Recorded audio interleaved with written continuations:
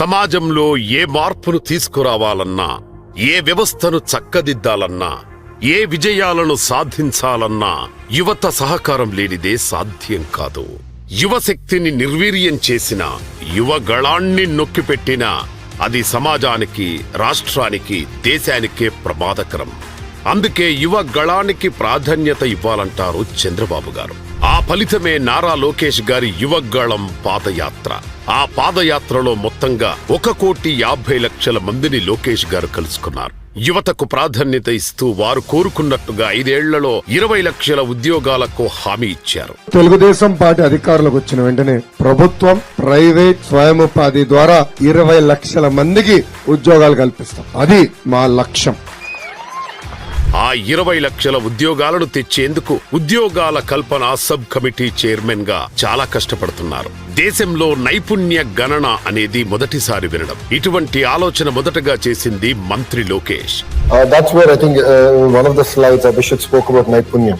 Naipunyam is a very interesting experiment, if I may, which we're going to launch in October, where we're trying to match the supply and demand. Where I have youngsters who are well educated, who are fetching for jobs, and then there's demand. I'm going to do the matchmaking, but we are building skill development into it, where assessment will be done, where state will guarantee that, in IT, this is the kind of level that this person is at. And then what is the skill intervention that's also required? The state is willing to do the skill intervention on your behalf. So I think Andhra Pradesh is uniquely positioned to deliver that. And we'll be one of the very first states to do.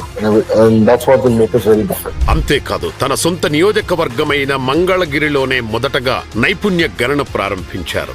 Jagan హయాంలో యువతను మత్తుకు బానిసలను చేస్తే అభివృద్ధి గురించి, ఉద్యోగాల గురించి, పాలకుల దోపిడీ గురించి అడగరన్న కుట్రతో ప్రభుత్వమే డ్రగ్స్ వ్యాపారాన్ని ప్రోత్సహించింది. ఆ సమయంలోనే బాధ్యత గల యువకుడిగా డ్రగ్స్ వినియోగ వ్యతిరేక పోరాటాన్ని మొదలుపెట్టారు నారా లోకేష్ గారు. ప్రతి పాఠశాలలో, కళాశాలలో ఈగల్ టీంలను ఏర్పాటు చేయించి డ్రగ్స్ వద్దు బ్రో అనే పేరుతో క్యాంపెయిన్ నిర్వహిస్తున్నారు.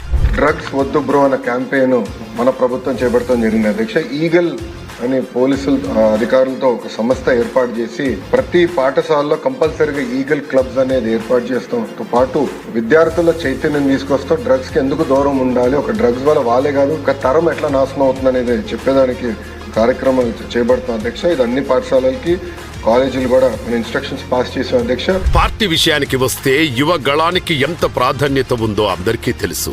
అలాగే సాంకేతికతపై పట్టున్న లోకేష్ గారు పార్టీ పర్యవేక్షణ కోసం మై టీడీపీ యాప్ ను సమర్థవంతంగా వాడుతున్నారు.